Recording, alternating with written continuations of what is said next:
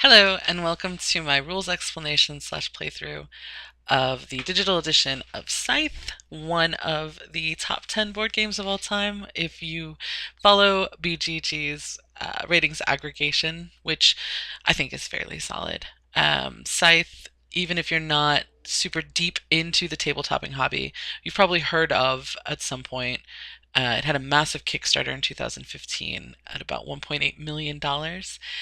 It has adorable little miniatures, fantastic components. The artwork, clearly by Jakub Kujalski, is fantastic. It's got this pastoral, almost like Vaznitsov sort of Tribogatiri feel to it. Like you can imagine it as giant canvases in the Tretyakov, which is my favorite style of sort of Slavic Eastern European art. You've got this pastoral feel combined with this alternative history, super mechs that not only help you work the land, but also apparently have combat like 20 feet away from you. Um, it's beautiful. The world feels very lush. It feels very thought out. It feels very real. Um, and that is part of the appeal of the game. The game itself is resource management, area control, action selection. The Steam description called it 4X, which I do not agree with. I don't see a lot of exploration so much.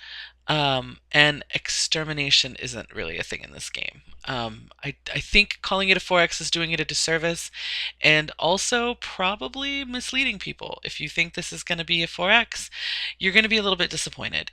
It is still in early access. We can see up here.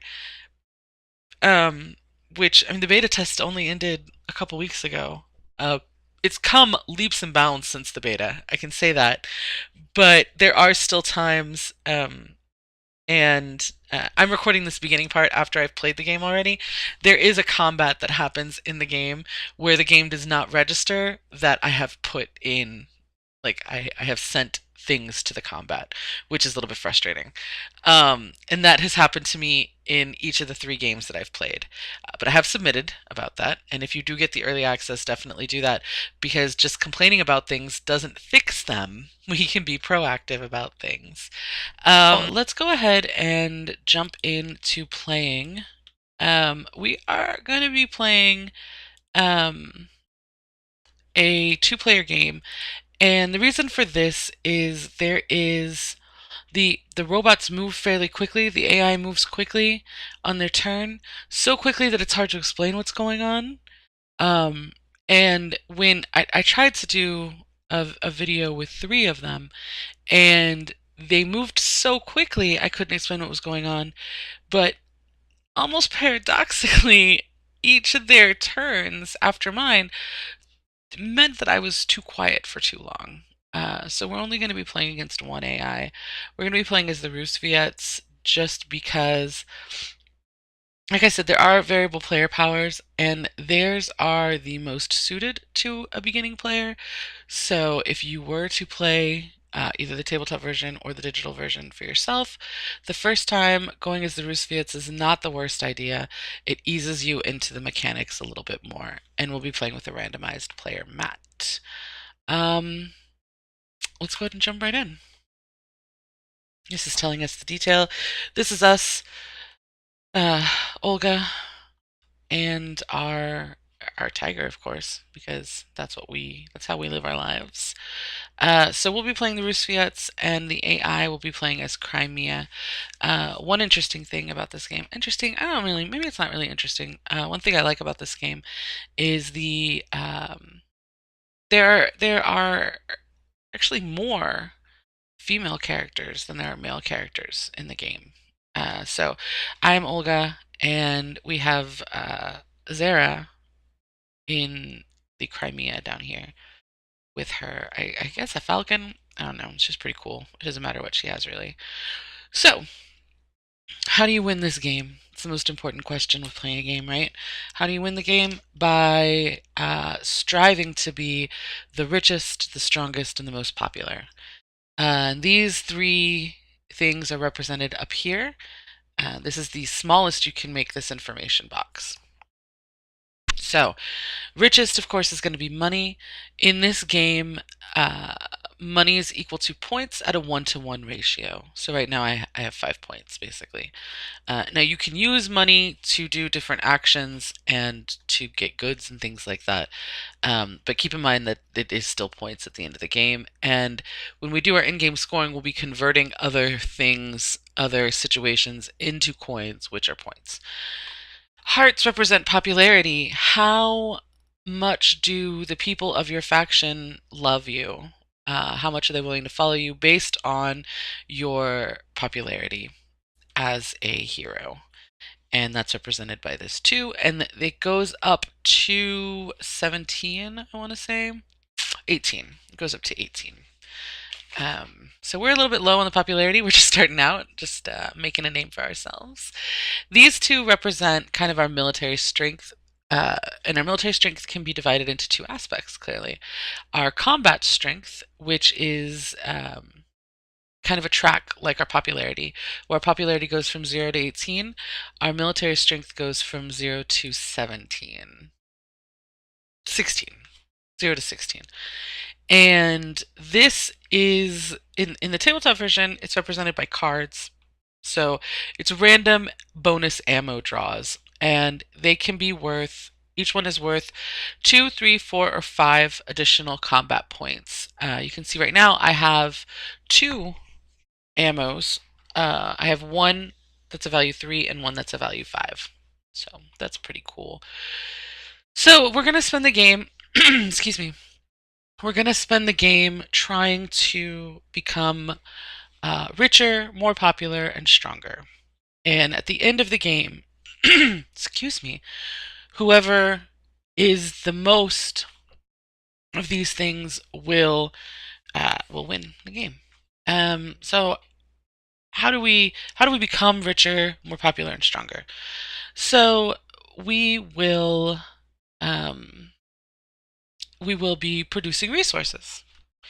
There are 3 different types of player-controlled pieces in the game. We have these little guys, which are workers, which in the tabletop version are made of wood, so I might refer to them as wooden pieces in this tutorial, so keep that in mind. We have our character piece, represented by our human and our animal buddy. So it's me and my tiger. If it were the Nords, it would be Bjorn and his like muskox. This is some dude and a boar probably. I haven't played with the expansion ones that much, so I can't really remember. I know that they're pretty cool looking. Anya and her bear, and the Saxon guy, Gunter, with his wolves, and then Zara with her falcon. Okay, so that's the second type of piece. And this piece is one of the plastic pieces in the game. So it's one of the ways that it differs from our worker pieces. The third type of piece that we can have is a mech. You might remember from the opening sort of title card of the game, those big mechanized automaton structures in the background. Those are mechs, and they're going to help us work the land and attack each other. Sure. And they are also considered plastic pieces. So when I explain what you can do with a wooden piece or a plastic piece, that's what I'm talking about. Either the workers themselves, these little dudes, or the plastic piece, the characters in the mechs. Excuse me. So when you're producing, let's go ahead and take a little look here at what our actions that we can do are. Scythe is an interesting game because each player's turn, you're not going to accomplish a lot on one turn. It's going to take several turns for you to be able to accomplish one thing. So you have to sort of be planning what you're going to do, what's the most efficient way for you to get there, knowing that it's never going to be the very first thing that you do that you're going to be super efficient at. So everyone's going to choose one square to activate, basically. And squares consist of a top option and a bottom option. Everyone's bottom option on their player mats are the same. you're going to have this one, and then this one, and then this one, and then this one. These top actions are going to vary based on what kind of player mat you have. You can have a patriotic one, an engineering one, a military, like a pride one. Maybe that's the patriotic one still. I don't know. So it's gonna change. There's a lot of gameplay variability in here, not only through the specialized and varied player powers for each of the factions, but also through the player mats. So let's go ahead and take a look at this one and work our way through what each of the top actions mean, and then we'll work on the bottom actions. So when you activate a square on your turn, you can either do the top action, the bottom action, or both actions in an order that you choose. If you are able to perform the action, it will be outlined in this flashing blue. Of course, that's not true for the tabletop version, but for the digital version it is. So this first one here is producing. Anytime there is a green box, it means that you will receive something. And anytime there's a red box, it means you have to expend that resource or that money in order to receive what's associated with it. So here to produce in the beginning of the game, we don't actually have to pay anything. We're basically just asking our workers nicely. We start with 2 workers on the board. We have 7 different terrain hex types. 5 of them are going to be production types. So we have mountains, which produce metal. We have the tundra, which produces oil. And these are represented in the top of the hex. We have forests, which produce wood. We have farms, which produce food. And we have villages, which produce people. The sixth type of the sixth and seventh type of terrain we'll talk about in a minute. That's not important to production. You can't produce on them. You can only produce on these 5 types of hexes. So if you go here, you get to choose 2 hexes that you have workers in. Remember, our workers are little wooden pieces. You can activate 2 tiles that have your workers in them. So the first one we could do would be this mountain. And when you activate a hex to produce it from it, you'll produce this resource times the number of workers working the hex. So I would make 1 metal bar, and I would make an additional worker here. And the additional workers are going to pull left to right from here. And as these squares are exposed, the cost of running this square is going to become greater. As I have more workers, it takes a little bit more to motivate them, and it takes a little bit more to get them to be productive. So at the beginning, I'll be able to activate 2 hexes. That's represented here, 1 hex, 2 hex.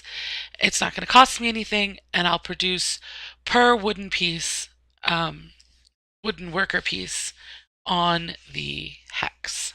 That's production. That's how we're going to get, it's one way we can get resources. Now,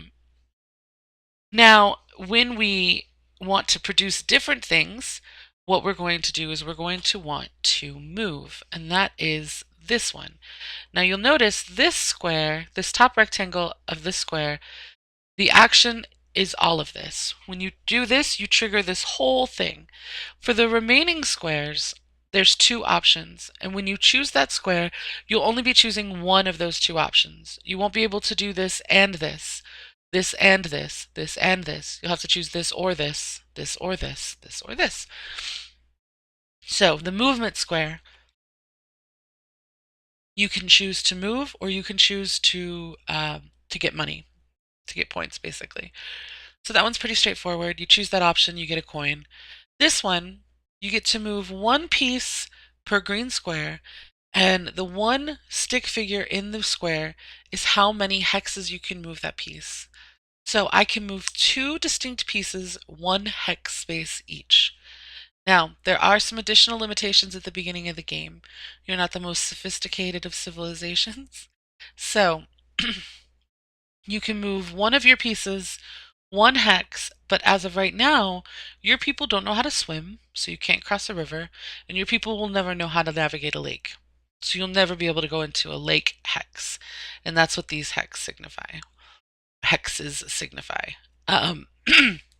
So at the beginning of the game, I can move any of these three pieces, my three available pieces at the beginning, to any of these three hexes. Now, I wouldn't be able to move this guy over here automatically.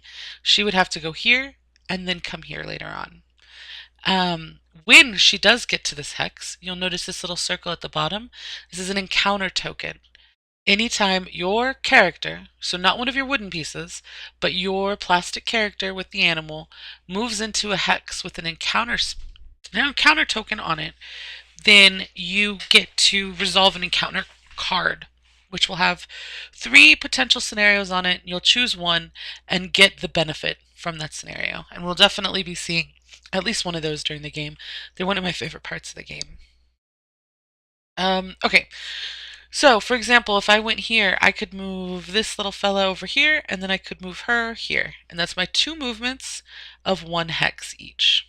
So that's how we can redistribute our workforce and then come back and produce again and produce different things. Now, our remaining two options are trade, which is this one. We're going to pay, our remaining two options all require that we pay a coin in order to trigger the actions. So in this case, I'll pay a coin and I get two market actions, and that's what the stall represents. What that means is I can get two goods of any kind, and they don't have to be the same. So I could get a food and an oil, I could get a wood and a metal, I could get two oil, but I can't get a person because we're not buying people in this game. Or I could pay a coin and get a popularity, go up the popularity track. Similarly over here, I can pay a coin and go up 2 on the military track, so I could bolster my military, my combat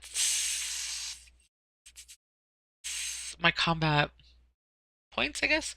Or I could pay a coin and get a new ammo card. So those are all of our top actions. Our bottom actions. If we have the requisite number of resources as depicted at the bottom, then we can trigger what's going on down here. So let's start on the left. After I take a production action, I could potentially do an upgrade action. So it costs me 3 oil, and then I can do an upgrade. What an upgrade is it's making one of these actions more productive while making one of these things cost less. So let's say I trigger this. I can make it so that I move 1, 2, 3 spaces instead of 1, 2. So that's this symbol shows that you can upgrade that. And I do that by, let's say, lowering this price. So this symbol means that you can lower this. Now there is a minimal price on all of these. This one would be 2 oil, this one would be 2 metal, 1 wood, and 2 food. Just like there's a maximum number of pieces you'd be able to move, a maximum number of hexes you'd be able to produce on, popularity you'd be able to produce, etc. And we'll see this more in action. Now, another thing to note down here, when we do pay the oil to run an upgrade, we'll also get 2 coins. So that's fun. Our second option is to pay metal to deploy a mech. So mechs, like I said, are plastic pieces like our character piece. If we come up here, each faction has different mech and character abilities that are unlocked when you build a mech.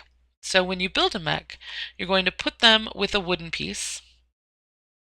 They can't be built on their own, and they can't be built by the player's character. You build it with a wooden piece, and then you're going to choose one of these abilities to enable. So each faction has this as their last one. It increases their speed by 1. Now these abilities are only going to affect your plastic pieces. So when this one increases 1 hex per movement, that means she'd be able to go bleep blop for 1 movement point, and any mechs I built would be able to go bleep blop. But this guy still can only go bleep because he's wooden. Riverwalk is the first ability for any given faction, and it's going to be the way that your people learn how to get out of your local area, basically. So my people will be able to move across rivers to farms or villages.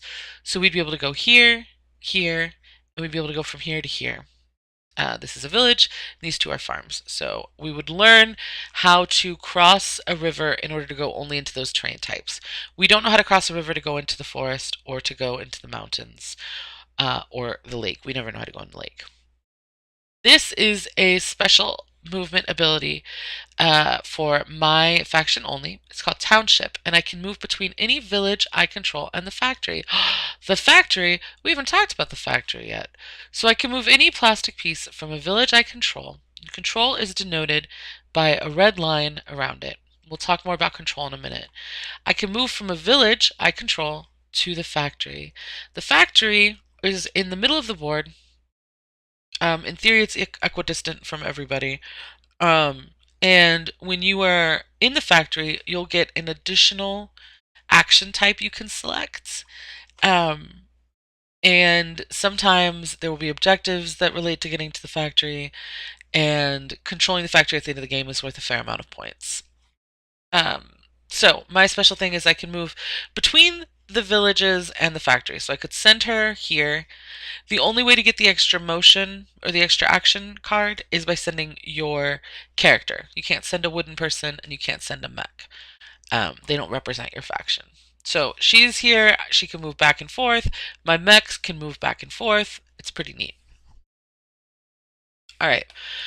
And then the last option is usually some sort of benefit in combat.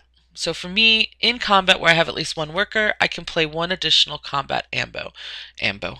So we'll talk about that when we get to combat later on. So that's what the mechs do. And there are 4 mechs that you can see, 4 mechs that you could deploy over the course of the game. This option is building buildings. And buildings cost wood. So you pay wood, then you can build a building in a space that has one of your wooden pieces and does not have another building in it. So you pay the wood, you build a building, and then you get the building, you get 3 money. Now what do the buildings do?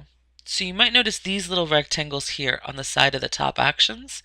These denote specialty buildings, there's 4 of them, that will give you an additional bonus whenever you trigger that action. So for example, whenever I trigger, this is the windmill. Let's say I build a windmill here in the mountains. Whenever I trigger production, the windmill space, the space with the windmill, is always going to produce. I don't have to choose it as one of my green hex options. It's always going to produce, and the windmill is going to act as a wooden worker piece in that area. So let's say I moved this guy here, and I had a windmill here. I could activate this one to make a person. I could activate this one to make some oil, and then my windmill will automatically activate, and it'll make 1 metal ore. If I had both of these workers here and a windmill, I would end up with 3 metal bars. So that's the windmill. For trade is the armory. You build the armory, and when you trigger one of these 2 actions, you will get a combat point. Easy peasy. Similarly, if you build the monument, when you trigger one of these 2 actions, you'll get a free popularity. And over here is our mine. So you might notice on the board, some of these spaces have these little red symbols on them. Those, I guess they're more pink, those are tunnels. So when you're moving, you're, especially in the beginning, you're limited to 1 hex space, right? I can move this guy here. I can move this guy here. If you're in a tunnel space, you can move for 1 action point, for 1 movement, to any other tunnel space. So I can move from here all the way over here.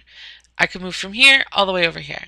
Now what this building does is it gives you a private entrance and exit to the tunnel system. So I could put the mine here, and then I can go from I can move my wooden pieces or my plastic pieces to any tunnel space from here. And then I could move from any tunnel space back here. Now, no one else would be able to come into my territory by tunnel through my mine. My mine is only for me. So those are the buildings, and there are 4 of them. Now you might be wondering, hey, those things mean something. What about these things down here? Well, that's a very good question. It's enlisting and recruiting, which is this secondary action. You pay food and you get a recruit. And when you get a recruit, you get a one-time bonus of one of these four things, either 2 money, 2 popularity, 2 combat strength, or 2 ammo cards. And then you get to choose one of these four things to build, basically, to recruit.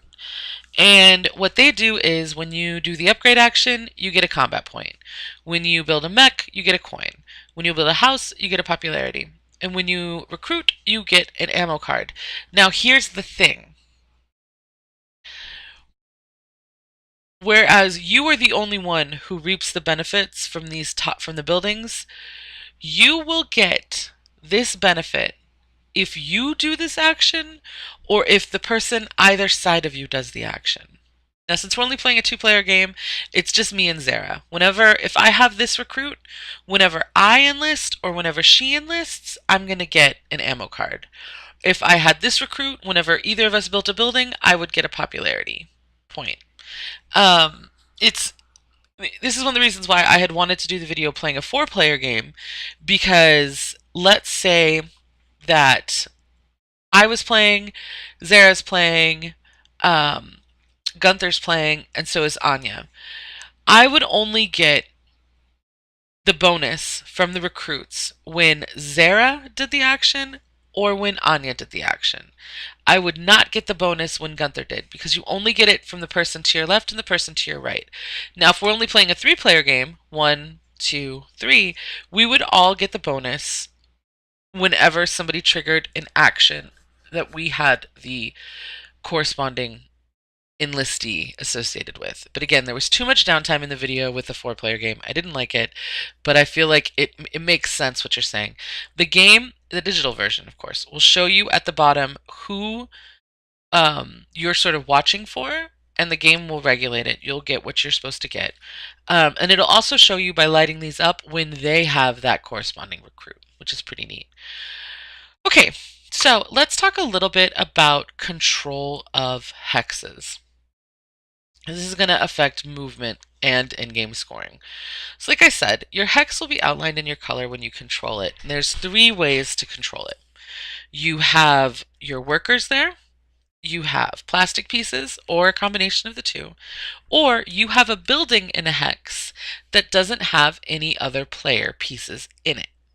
So, if I built my mine here, and then I moved my guy over here, I would control 3 hexes.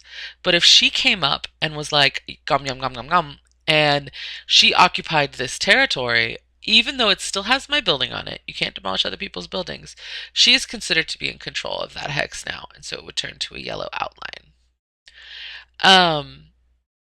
Now, how could she do that? Well, when you're moving into a hex that is controlled by another player, one of 3 things can happen.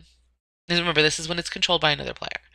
1, if it's only a building in the hex, you move in, it's yours, just like the example I just gave. 2, you move into a hex that only has the wooden workers of another player. If you do that, you scare them away, they run home to the base, and you lose 1 popularity per piece you made run away, because you're a bully, and that's not a very popular thing to do, right? It's not a very nice way to behave, and your people don't really like it. Now, the third option might be, if you move into a hex and there are plastic pieces in that hex. If there are wooden pieces in that hex, the same thing happens. They run away, they're unhappy. You lose popularity. If there are plastic pieces, then you will start a combat.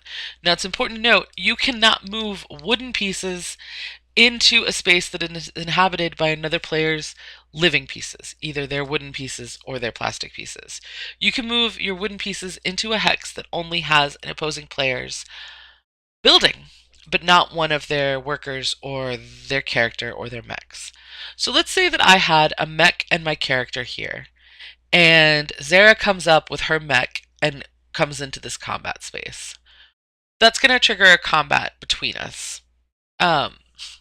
We are going to choose between 0 and 7 of our combat points to spend on the battle, And it doesn't matter, even if you have all 16 of the combat points that you could have on that track, you can only ever expend a maximum of 7 of them in a combat. So you'll choose between your 0 and your 7, and it is public knowledge how many points you have at the start of the combat. Now, for each plastic piece you have in the combat, you can also add one of your ammo cards in, and that'll be expending it. You won't get it back. Same with the combat points. Even if you lose, you won't get those back. So since I had my character and my mech here, I could put both of these into the thing, and Zarek could only put one in because she only had one mech. So we then reveal how much we spent. The winner gets the hex, and the loser gets to draw an ammo card. But the loser also has to move all of their pieces back to their base over here, which would be, that's where her base is. If I lost, I wouldn't have to go to that base. I would have to go to my own base. Now, any resources that were on that hex now becomes the victor's. You won't be able to take the resources back with you. And that's something I didn't mention before. When you produce resources on a hex, let's say I made a metal bar here on this one, if I move this worker away and I leave that metal bar here, I can't use that metal bar anymore. I need to take that metal bar with me when I move. So wooden workers can take resources with them wherever they go, but they can't take each other. Player characters can take resources with them, but they can't take workers with them. Mechs can take resources with them and as many workers as they want. So mechs are a pretty economical and efficient way to move your pieces around the board. So think about that. Just give that a little bit of thought. Okay, so we've talked a lot about that's pretty much all of the gameplay itself. Pretty much. Let's go back to endgame, where we started our conversation. You'll notice up here there are 6 shadows of stars. The game ends when, as soon as one character scores their 6th star. As soon as one player scores their 6th star. Right after the action that gets them their 6th star, the game ends, you tally your scores, and whoever wins, wins. So, let's take a look at what you can get your stars for. And that's these things. You can have gotten all 6 of your upgrades. You can have deployed all 4 of your mechs, built all 4 of your structures, recruited all 4 of your recruits, birthed all 8 of your workers, completed an objective. So these are our objectives, and they're random each game, and you can complete 1 objective each game. So our 2 objectives that we have to choose for is between have the same number of workers and recruits, so that's wooden workers and recruits are these down here, or control at least 5 territories surrounding the same lake at the end of your turn. We're going to go for balanced workforce. We're not going to go for shore up the shore. Okay, so that's one of the ways you can get a star, by completing an objective. Another way is to win combat against someone, and you can do this up to 2 times. So you could get 2 different stars for 2 different combats. You can get a star for maxing out your popularity track by getting all the way up to 18. And you can get a star for maxing out your power track, getting all the way up to 16. So those are the different ways you can get stars. Like it says here, getting all the stars doesn't automatically grant victory. Now why is that? We still need to score for everything else in the game. So, stars in and of themselves are kind of worthless. Their worth is dependent on your popularity at the end of the game. If you are in the first tier of popularity, between 0 and 6 points, each star you've earned during the game will get you 3 points. Whereas if you're in the mid-tier, between 7 and 12, it'll get 4. And if you are populaire extraordinaire, you will get 5 points per star. Similar thing happens with controlled territories on the board. That's this hex. So, right now, I have 2. You'll notice the factory, this is one of the ways that the factory is special, there are 3 hexes here. Controlling the factory counts as controlling 3 hexes instead of 1. So if I controlled this hex, and the factory at the end of the game, I would get 1, 2, 3, 4, 5. I would score for 5 hexes instead of just 3. And this means for every 2 resources at the end of the game, you'll get the corresponding number of points at the end of the game. Neato. So, final score is a total of number of coins in hand, value of every star you earned, value of every hex you control, value of every 2 resources. But Rachel, you might say, what's that structure bonus you just so cavalierly skipped over? Let's talk about the structure bonus. Every game there'll be a random structure bonus that will try to motivate and incentivize you to build your buildings in a different place so you don't just always turtle them down over here. In this game, the number of lakes adjacent to your structures is going to give you a certain number of points. You only count each lake once. So on the board, we have 7 lakes. 1, 2, 3, 4, 5, 6, 7. For each lake you are adjacent to, you'll count that with your buildings. You'll count that, and then however many you're adjacent to, you'll get the corresponding number of points at the end of the game. So let's say I built here, so I'm adjacent to 3 lakes, and I built here, I'm adjacent to 2 more lakes. And let's say I built here. So I'm building here, I would get 1, 2, 3 lakes. Building here, I already scored this lake. So that's 4 lakes. Building here, I already counted this one, so that's 5 lakes. I would get 6 points at the end of the game. Which is just a good amount. You might notice that the factory is adjacent to 3 lakes. What a great place to build a building, you might say. That's why they built the factory there. You can't build in the factory space because there's already a factory there. So that's how you get all those points. We talked about mech powers, we talked about recruiting, we talked about our objectives, structure bonus, bonus inspection. Oh, excuse me. That's not necessary. And one more thing. Oh, what our character bonus is. So when we're choosing which action to do in the game of Scythe, let's say I choose to move. Next turn, I have to choose a different action. So I could go over and produce. And then the turn after that, I can't produce again twice in a row. So I go to one of these 3. I go here, and then I can go to one of these 3. Now, you might recall that I mentioned that every faction... Actually, I don't know if I mentioned it. Every faction is going to have a variable player power, and it's going to break the rules in some way. So, for me, for the Rusviets, I can choose the same section on my player mat as the previous turn. So I could move, and then move again, and then move again, and then move again. Zara, she can... Let's see, how can I get her stuff? Once per turn, she can spend 1 ammo as if it were resource, which is pretty neat. But that's why she starts with no ammo, because it's that'd be a bit powerful. So you can see what her mechs will give her. Her river walk is to move across rivers to farms or tundras. Her second movement option, she can move from a territory or home base to the home base of herself or any inactive faction. Ugh, that's rough in a 2-player game for me. Because that means she can move from any place where she is to any of these other bases. Because nobody's playing those right now. That's a little rougher in a higher player game, of course.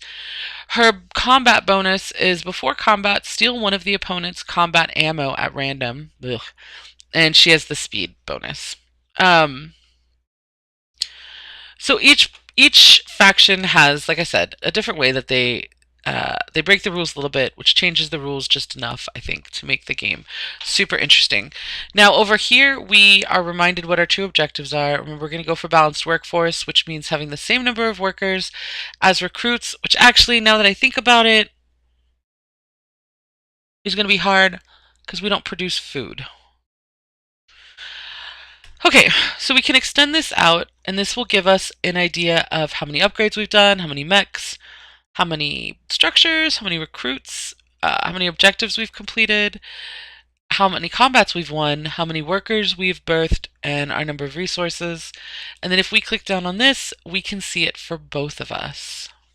And so I can keep an eye on how many stars she has as well. So that is the game. Let me make sure I haven't missed anything. If I have, we might talk about it. Hopefully we would. Okay, we should see a little bit of everything in this match. So, first things first, I think I want to move. I want to get to this encounter. So we're going to choose to move. We're going to move. We're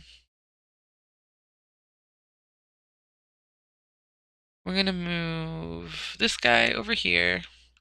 And then we're going to move her here. Yeah, we're not too concerned about producing mechs yet because 4 metal is very expensive. Very expensive. So you can see how quickly turns go, especially in the beginning. We're not going to have the resources to trigger the bottom actions yet. So let's just go. We're going to move again. We're going to move her here to get this encounter. And we'll go ahead and end the move there. And I'm okay with it. I want to get that encounter. I want to see what's going on with the encounter. Yes, that's fine. Okay, so this is our encounter card. You can see that bear is encountering that cow, which is super cute. All right. So we have a mech in the background. We have the Nord on the muskox. I can steer the disoriented mech through the fog with my lantern to gain 2 oil and 1 popularity.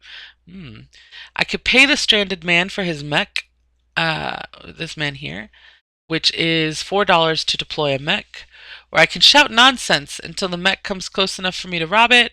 I would pay 2 popularity to gain $2 and any 2 resources. Now, if at any point I would need to expend popularity in order to accomplish one of these things, I wouldn't be able to do it. The only time where you can do something that would make you lose popularity, even if you don't have any, is if you go into a space with wooden workers and you would lose popularity for them running home. If you don't have any popularity to lose in that case, you're fine.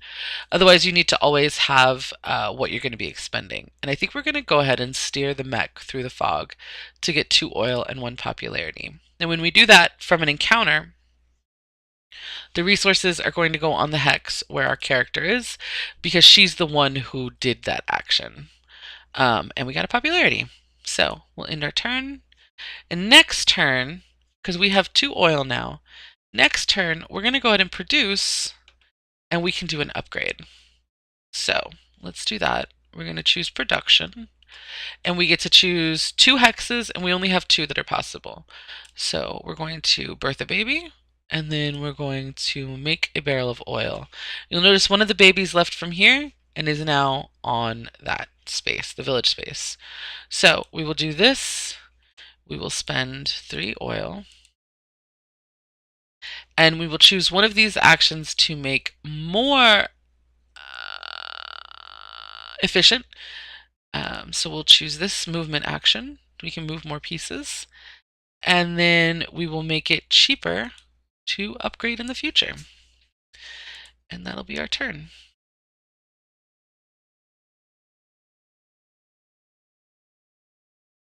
So she is upgraded as well. All right, so we're going to do a movement action. We're going to move this little fella. Actually, no. Let's undo. Let's do another production action. And we'll make 2 more dudes, get some more workers, and we'll make another oil. Now, we only have 1 oil. It's not enough to trigger this again, but that's okay, because I wanted to have more dudes to be able to move around. Now, you'll notice here, we have birthed 3 dudes at this point, and that has revealed this new payment. So now we need to expend a combat point whenever we want to produce as a way of quote unquote motivating our workforce. So now we'll move. We'll move one of these handsome dudes down here. We'll move one of them over here. And we'll move another one over here. Because we're not going to be triggering the village space again for a little bit. I don't want any more workers necessarily. So she's moving. She's going to be making a lot of food. So let's go ahead and produce. So we will spend one of our combat points. We'll make some oil and some metal, and we will do another upgrade. So we'll spend 2 of these oil, and we will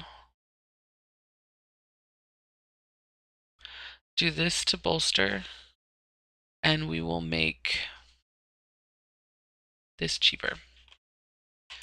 We want to build a mech at some point because we want to be able to get to the factory fairly quickly, and we want to start making some food because we need to start enlisting people, which Zara has already started to do. You can see this little symbol is lit up down here to show that she has enlisted.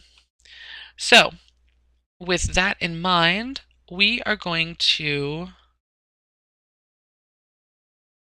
let's produce again in these 2 places, because we'll be able to get 2 mechs when we do this action, which will be nice.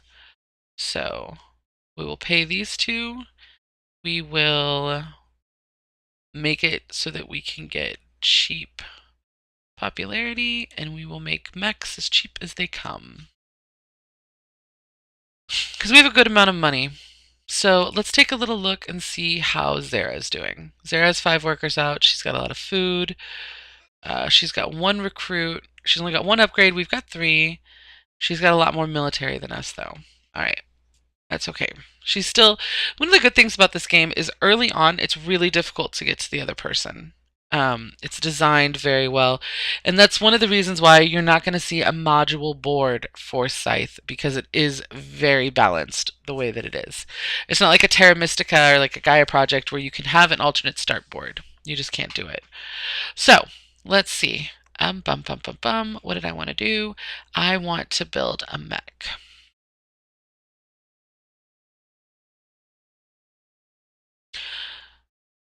Yeah. So we'll get 2 popularity, and then we'll build a mech. We'll spend 2 of these, and we will build our... We know we're going to be building 2 fairly soon. So let's build... Oh. We can get all 3 of them out pretty quickly. Which one is most important to me right now, then? Probably... Because Riverwalk's not bad. And then I can get up here to this food. Let's go ahead and get Riverwalk. And we will build... Because the mech has to take the worker across. But remember, we're going to get more than 1 mech. Alright, we'll build it here. We'll take those jokers. Okay. So next turn, we are probably going to want to bolster so that we can get some more military, because we need the military to produce.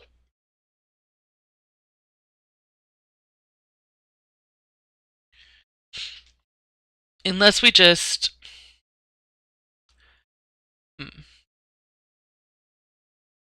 Okay, we're going to produce here and here. We are going to upgrade. And it doesn't matter which one we do. Well, we'll do that one. It does matter a little bit. We'll do food. We'll end our turn. All right, we're going to produce 1 more time. And what that'll do is it'll give us enough metal to make all of our mechs. We can get all of them out. And then we can just start doing this, which will be... Yeah. I like that plan. Okay, the only problem is we have no combat right now. So we're going to pay a coin to bolster a little bit. And then she's doing some stuff here. She's just making a ton of food. Okay, so now we want to produce 1 last time for now. And we'll go ahead and produce in all 3 hexes. And we will upgrade. We'll go ahead and upgrade this one for that. And the only problem is we're going to get everything out before getting food, which means we're not going to get all of these bonuses. But I think that'll be okay. I don't know. We'll see. All right, let's go ahead and hmm hmm.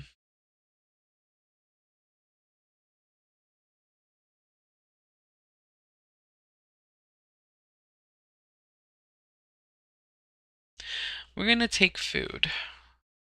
We're gonna take food here. When you trade, you can put it on any hex that you control with people. We're gonna build another mech. We're gonna use 2 of this money. We're going to build the speed mech. And we're gonna build that mech there. We'll end our turn.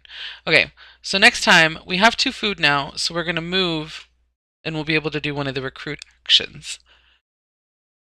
Which we will do... on this one, I think. We'll do it here. We'll do it... Maximum effect would be if we did it here. Okay, so we'll move. We're going to take this guy. And remember, with our mechs, we can take workers. So we'll take all the workers in the space, and we're going to want to just take everything on that space. Everything? Yeah, because we can move a worker back there. And then we're going to come up here to this food space. All the little dudes will come out. And you see those dudes are well slept. Like they can they're rested. She can go up there. Because they were carried by mechs, so they can still move if you need them to. Which I don't just yet. I only need one more upgrade. So I'm gonna use this man to take this little guy. He's gonna come up here to make some food too. Oh, no, hold on. This guy is gonna take one worker and they're gonna go...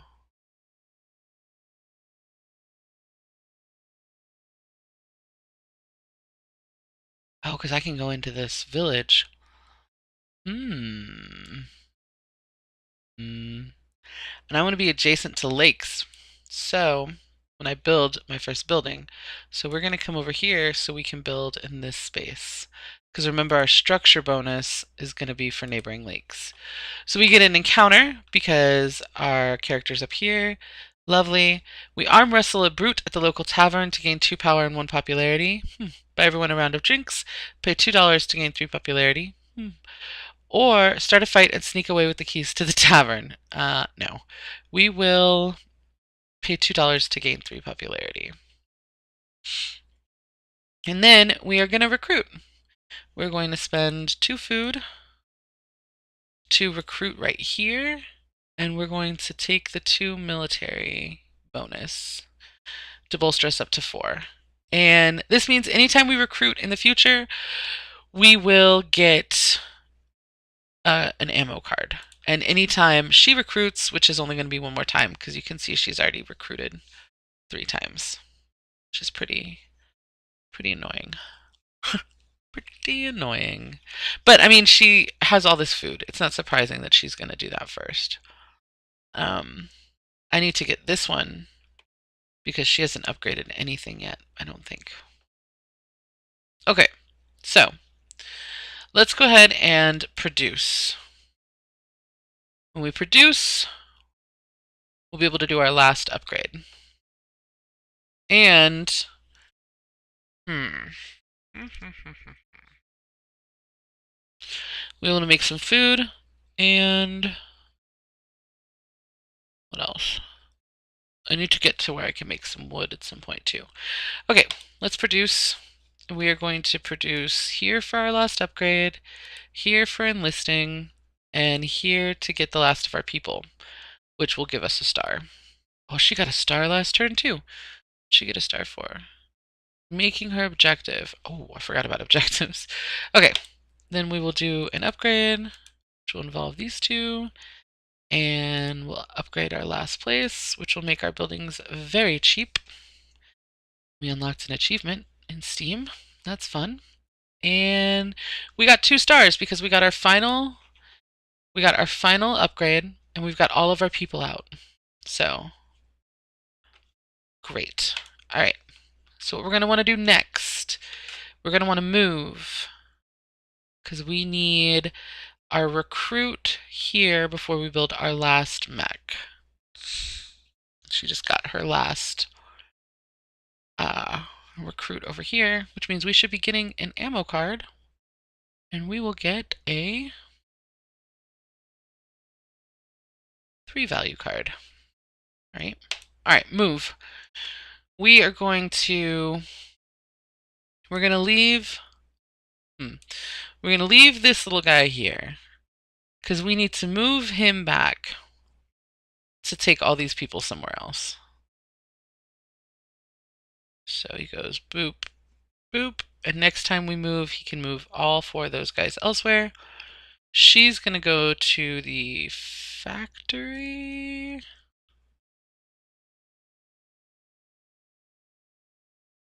Right. She can go here. Oh, I don't have that ability yet. I haven't done that mech yet. Oh. That's fine. She can stay there. And this guy... he's going to make his way to the factory. He's going to defend the factory. And then we're going to spend our food. Please.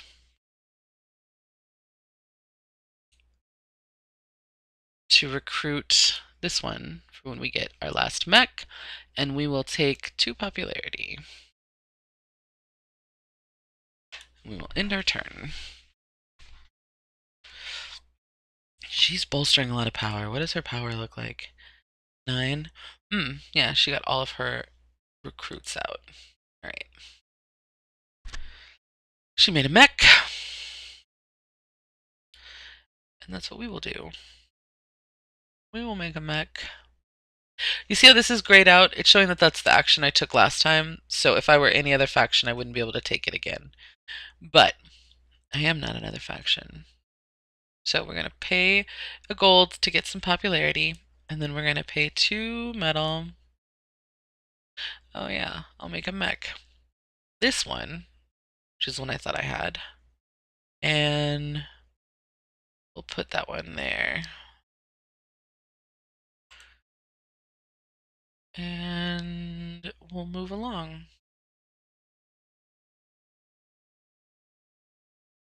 You see how quickly the AI turns move, too. It's hard to narrate. Alright, so let's do a move. I don't have any food.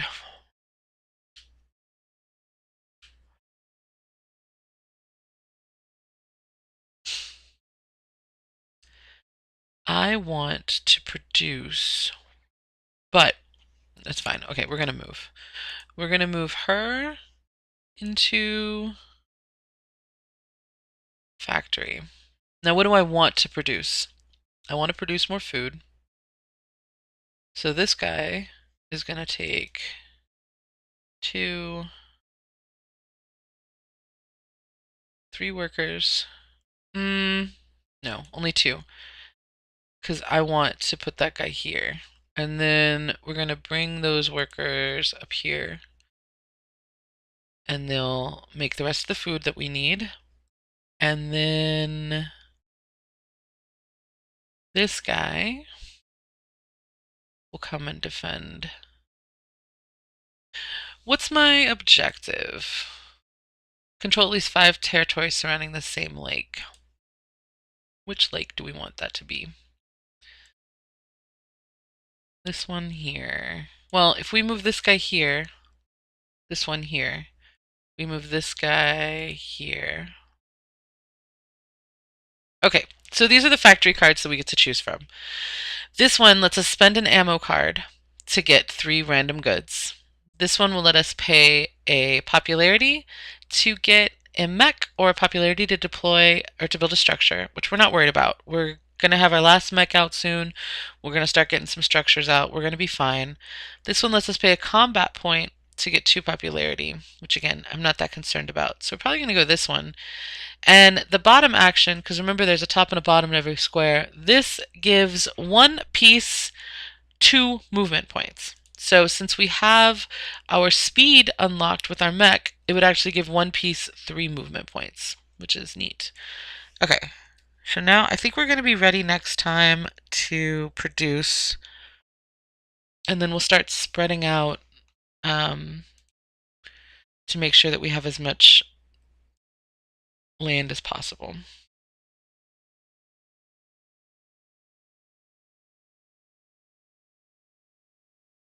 Doop doop doop. Ba-doop ba-doop ba-doop ba-doop ba-doop. She built a mech, so we got a coin. Okay, so we're going to produce here. There's not really anywhere else we need to produce. It seems pretty expensive.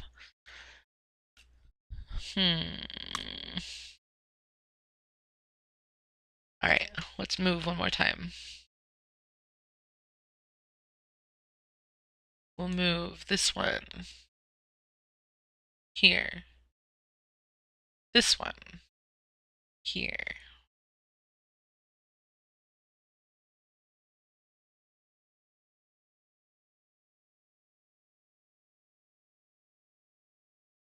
Take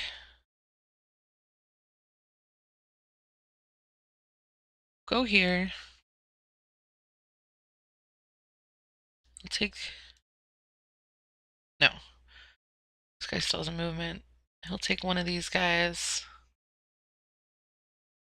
And he'll go here. And then one of those guys will come to the woods.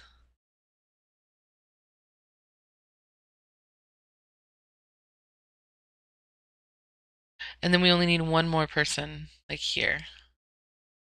And we'll have our objective. So we're going to produce in the woods twice. And in battle, where?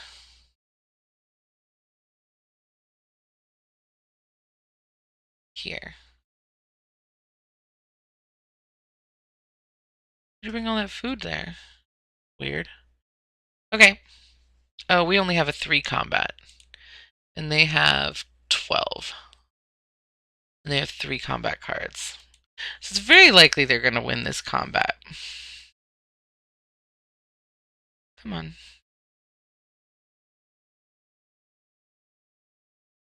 Huh.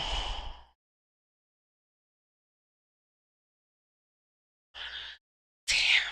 That's not good. I need that space. Okay. We'll just do maximum of 3 points.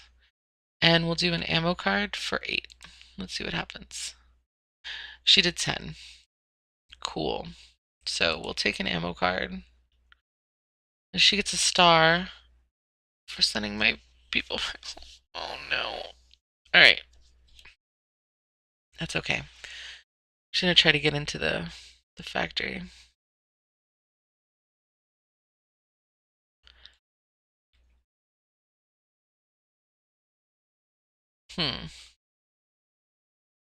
Okay. Oh, I don't have any. I don't have any.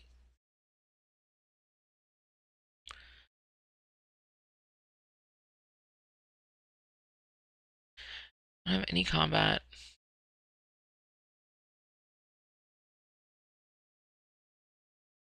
I need to bolster. I don't have any wood yet. Okay. We'll buy 2 wood. We'll spend these 2 to make our last mech. So what my last mech's ability is, we didn't talk about it because I hadn't talked about combat yet. But you know how you get to play 1 combat card per plastic piece that you have in a battle? Rusviet's special ability is when you have at least 1 worker, you get to play an additional combat. ammo.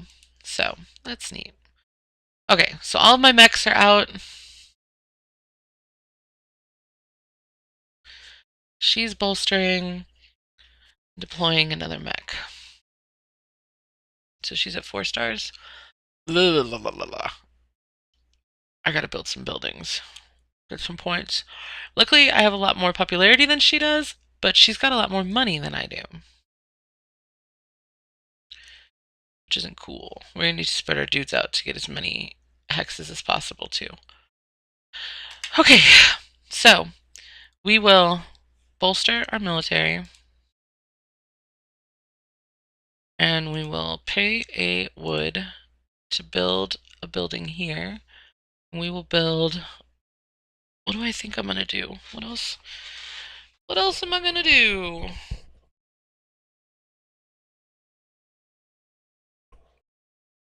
Probably this one. Build our monument here. And that's adjacent to 3 lakes, which is good news. And we'll end our turn. No! You stupid jerk! Yeah. Yeah, I'm gonna do that. I'm gonna spend all 3 of my military, because she's the worst. And then I'm gonna spend 2 cards. God dang it. I can't keep losing. I lost my wood. Oh, fudge. Hold on. It didn't take my 3 combat away.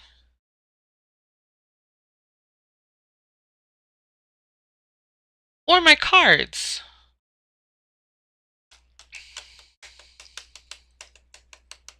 That's irritating.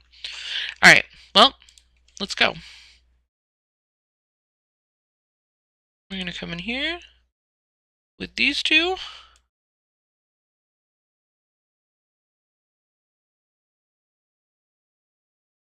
We're going to move this one. He's going to take that worker. And they're going to go right here to the factory.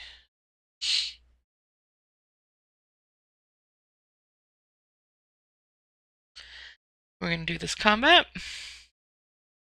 We're going to fight with our 3 and our 2 cards.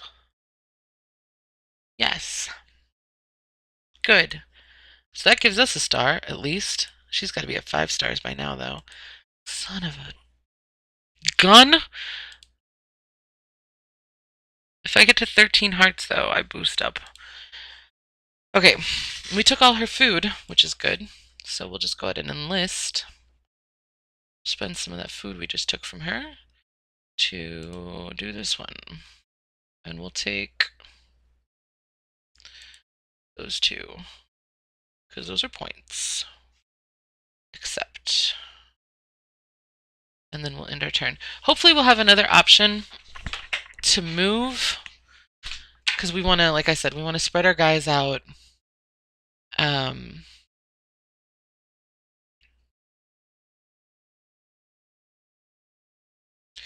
Is that her last mech?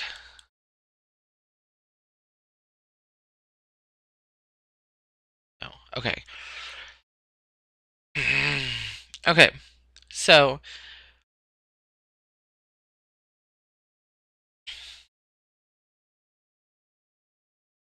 I can do it. Yeah. Okay. So we're going to move her here. We're going to move this guy here, which gives us around 5 spaces around a lake. And we're going to want this guy here in case we can build. Can he move there? He can't. Alright, well, we're going to take...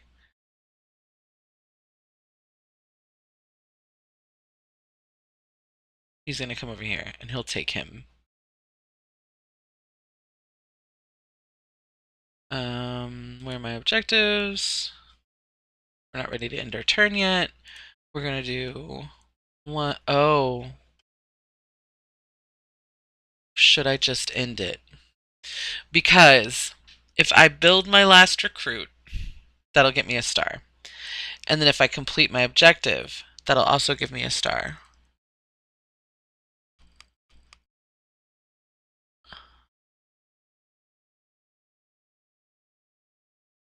No.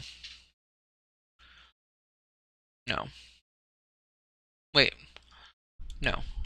I'm going to complete the objective.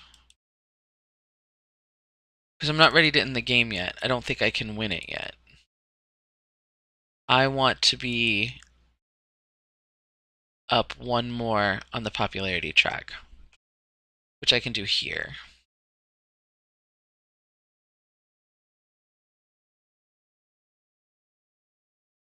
And then I want to move one more.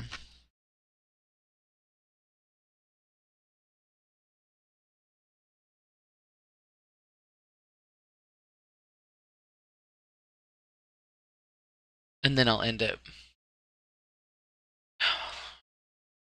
Okay. We are going to move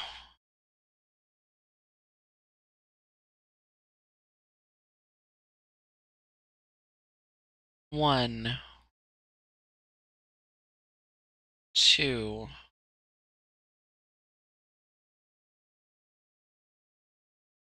3.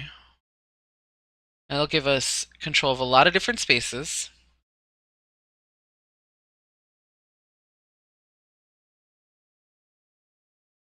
End move.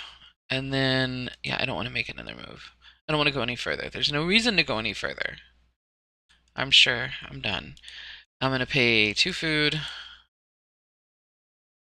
to enlist this one, which is going to give me 2 more ammo cards, which doesn't matter. The game is over. And we win! Whoa, okay. We were more than fine. All right. So, let's talk a little bit about this. Yeah, we doubled their score. I think we're okay. So based on our popularity multiplier, she was at 6, which means this was her multiplier, and we were at 13, which means this was our multiplier. So for each of our stars, we had 6 stars, we got 30 points. She had 5 stars, she got 15 points.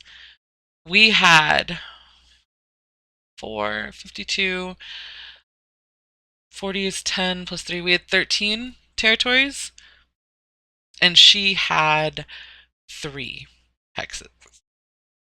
That's ridiculous. We had 6 goods left over. She had 2 or 3.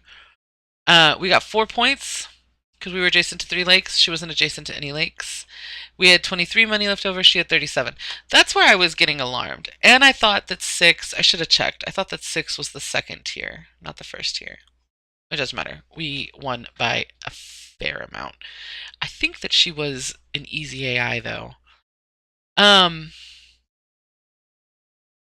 So we can look back at the, let me see, was she an easy AI? No, she was a medium AI. She should have done better.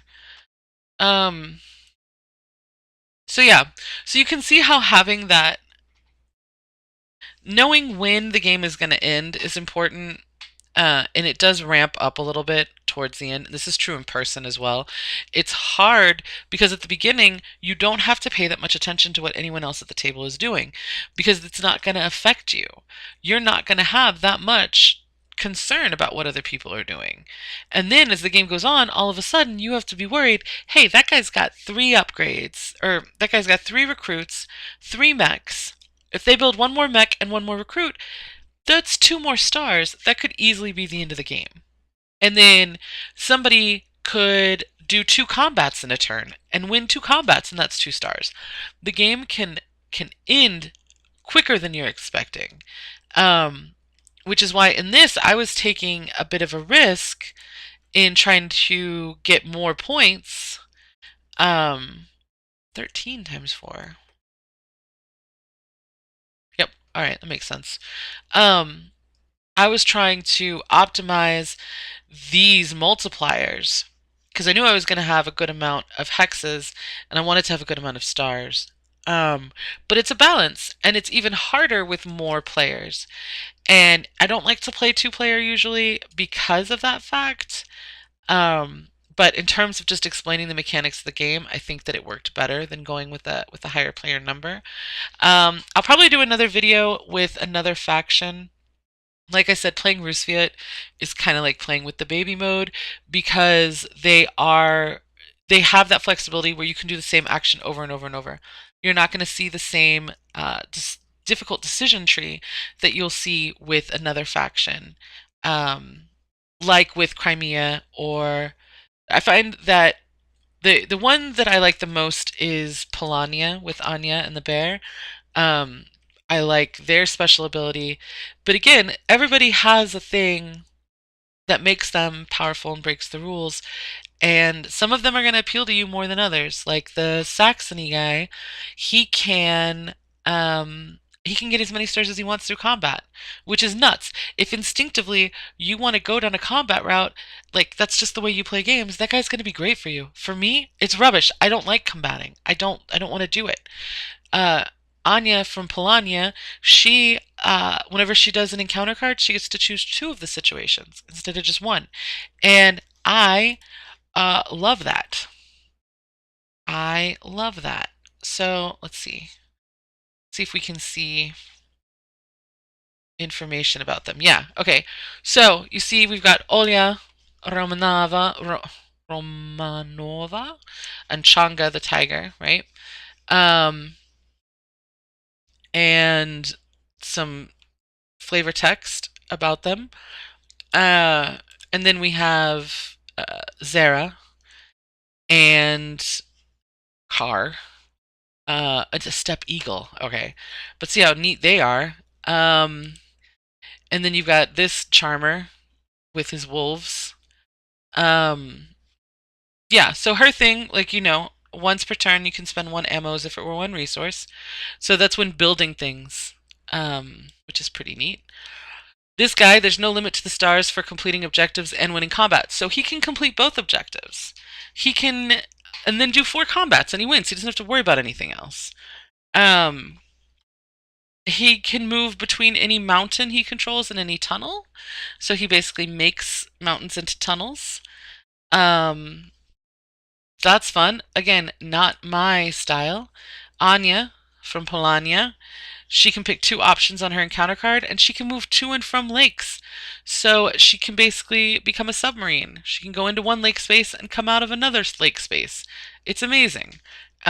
This bear's Polish armband is amazing. In combat, do not use popularity when forcing an opponent's workers to retreat. Super cool. You got old Bjorn up here. His workers can move across rivers. They know how to swim. They're people of the north. Little Mjolnir on that muskox. They can move to and from lakes, so as though a lake were a terrain space, they can cross them. They can't go from lake to lake like Anya can, but they can retreat onto adjacent lakes. So if they lose a battle, they can move to a lake that's next to it instead of going all the way back to their home base, which is pretty useful. And then there's Olga, who we all know and love, and was doubly victorious this match. So far, you can play with players and easy AI and medium AI. It looks here like there's space for a hard AI, which I'm pretty pumped about.